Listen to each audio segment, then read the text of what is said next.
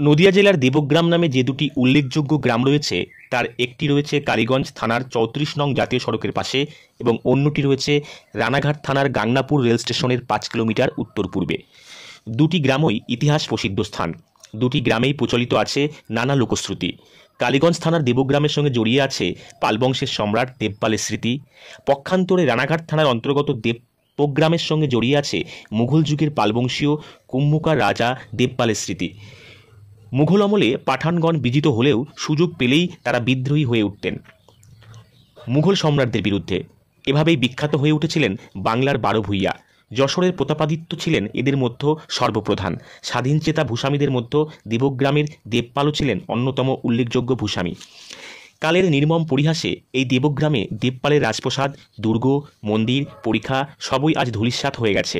এখন শুধু ধ্বংসস্তূপের ইট পাথরের ছড়াছড়ি আর মজে যাওয়া দিঘির বুকে অতীতের দীর্ঘশ্বাস। কুম্ভকার বংশীয় এই দেবপালকে নিয়ে প্রচলিত আছে বহু লোকশ্রুতি। দেবপালের রাজা হওয়া সম্বন্ধে যে লোকশ্রুতি প্রচলিত আছে এই অঞ্চলে তা হলো সংক্ষেপে এই রকম। একদা সন্ন্যাসী চাকদা থানার অন্তর্গত রসুল্লাপুর বাজারের নিকট সরাবপুর গ্রামের পুরানো একটি শিব মন্দির পোড়ামহেশ্বর শিবলিঙ্গের মাথা থেকে একটি স্পর্শমণি চুরি করেন। তারপরে ঘুরতে ঘুরতে এসে হাজির হন দেবপালের বাড়ি। সন্ন্যাসী তার ঝুলি দেবপালের চালের ঝুলিয়ে রেখে স্নান করতে গেলে হঠাৎই বৃষ্টি শুরু হয়। সন্ন্যাসীর ঝুলি ভিজে যায়, ঝুলি থেকে জল গড়িয়ে পড়তে থাকে। ওই জল যে পাত্রের গায়ে লাগলো সেই সব পাত্র সঙ্গে সঙ্গে সোনা হয়ে গেল। বিস্মিত দেবপাল সেই ঝুড়ির ভিতর থেকে হাত দিতেই পেয়ে গেলেন স্পর্শমণি। সন্ন্যাসী ফিরে এসে দেখলেন মণি নেই ঝুলিতে। দেবপালকে বারবার অনুরোধ করেও যখন মণি ফেরত পেলেন না, তখন রাগে দুঃখে শোকে ওই সন্ন্যাসী দিশেহারা হয়ে অভিশাপ দিলেন যে ওই মণি দেবপালের ধ্বংসের কারণ হবে এবং তার বংশে বাতি দিতে কেউ থাকবে না। কিন্তু দিশেহারা সন্ন্যাসী অভিশাপ দিয়ে কোথায় চলে গেলেন কেউ জানল না। এদিকে ওই স্পর্শমণির দৌলতে দেবপাল বিপুল সম্পদ লাভ করে ধীরে ধীরে গড়ে তুললেন বিশাল প্রাসাদ, নির্মাণ করলেন মন্দির, খনন করলেন দিঘি, প্রাচীর, পরিখা, সুরক্ষা করলেন রাজপ্রাসাদ। দেবপাল হয়ে উঠলেন ক্ষমতাবান রাজা। মাথা চাড়া দিয়ে উঠল স্বাধীন চিন্তা অন্য ভূস্বামীদের মতোই। এদিকে বাংলায় তখন মুঘল আধিপত্য চলছে। ছোট ছোট বিবাদ বাঁধতে লাগলো মাঝে মাঝেই বাংলার মুঘল শাসকের বাহিনীর সঙ্গে। বেশ কয়েকবার পরাস্ত হলো তারা দেবপালের হাতে। ক্রুদ্ধ হয়ে বাংলার মুঘল শাসক সৈন্যবাহিনী নিয়ে অবরোধ করলেন দেবগ্রাম। প্রচণ্ড লড়াই বেঁধে গেল। মুঘল বাহিনীর হাতে সপরিবারে নিহত হলেন বীর দেবপাল। ওই ভীষণ যুদ্ধে নিহত হলো রাজপুরীর সবাই।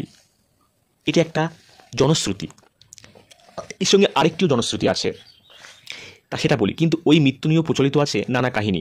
শোনা যায় মোগলরা তার রাজপ্রাসাদ অবরোধ করলে দেবপাল সুযোগ বুঝে পালিয়ে যান দিল্লির সম্রাটের সঙ্গে দেখা করতে। সঙ্গে নিয়ে যান জয় বিজয় নামে দুটি পায়রা।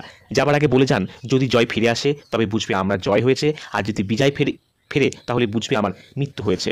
দিল্লির সম্রাট দেবপালের চেহারা ও ব্যবহারে মুগ্ধ হয়ে তাকে মহারাজা উপাধি দেন। কয়েকটি পরগনাও দান করেন। খুশি হয়ে দেবপাল বাড়ির পথে রওনা দেন।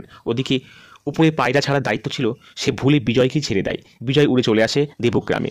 বিজয়কে দেখেই হায় হায় করে ওঠে সবাই। তখন মহিলারা সতীত্ব রক্ষার জন্য একযোগে দিঘিতে ঝাঁপিয়ে আত্মহত্যা করেন।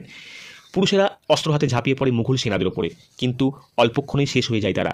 মুঘল সেনারা বিনা বাধায় রাজপুরীতে ঢুকে মনের সুখে লুণ্ঠন ও ধ্বংস চালাতে লাগলো।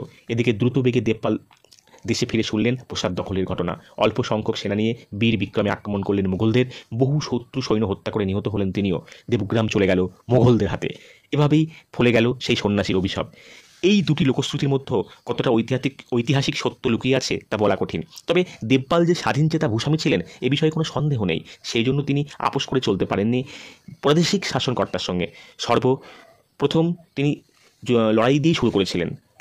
শোনা যায় দেবপাল সবংশে নিহত হলেও তার বিশাল সম্পত্তি চলে যায় কৃষ্ণচন্দ্রের পূর্বপুরুষ রাজা রাঘব রায়ের হাতে। সম্ভবত ১২ ভূঁইয়াদের বিরুদ্ধে মোগলদের সাহায্য করার জন্যই পুরস্কার হিসেবে তিনি সম্পত্তি লাভ করেছিলেন। এই চ্যানেলটিতে আপনারা শুনতে পাবেন নদিয়া জেলার বিভিন্ন স্থানের হারিয়ে যাওয়া লোকশ্রুতি, জনশ্রুতি ও ইতিহাস, বিভিন্ন গ্রামের ইতিহাস সব কিছুই আপনাদের সামনে ধীরে ধীরে উপস্থাপনা করব।